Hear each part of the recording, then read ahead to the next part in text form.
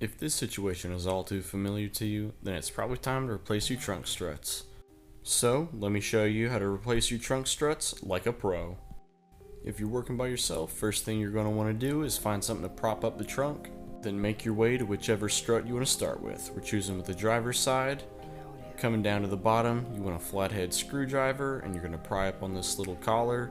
Shouldn't have to take it all the way out, but on this one I did. And then once you get the collar off, you're just going to go ahead and pull back, and then you'll be ready to move on to the top. Using a similar method with the flathead screwdriver, you're just going to pull on that collar and then pull the strut off.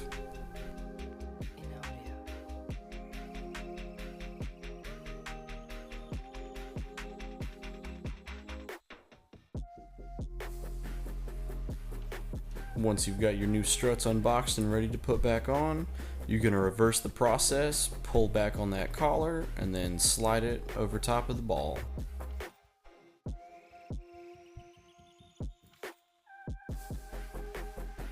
The bottom done, and then again we're just going to come back up top, reverse the process, pull back on that collar, and then slip it onto that ball.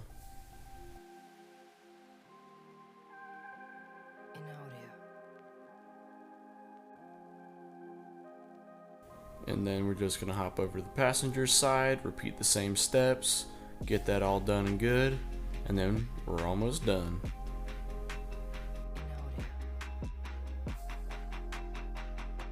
And with that all done, you now have brand new trunk struts that are going to keep your trunk up and not be knocking you in the head or closing you in the back. While these steps are very similar for a lot of vehicles across the board, it's not going to be the same for every single one, but should be fairly close. So follow the steps, get it done, and I hope you guys found this helpful. If you did, make sure to go ahead and leave a like, subscribe, and I will catch you guys in the next one.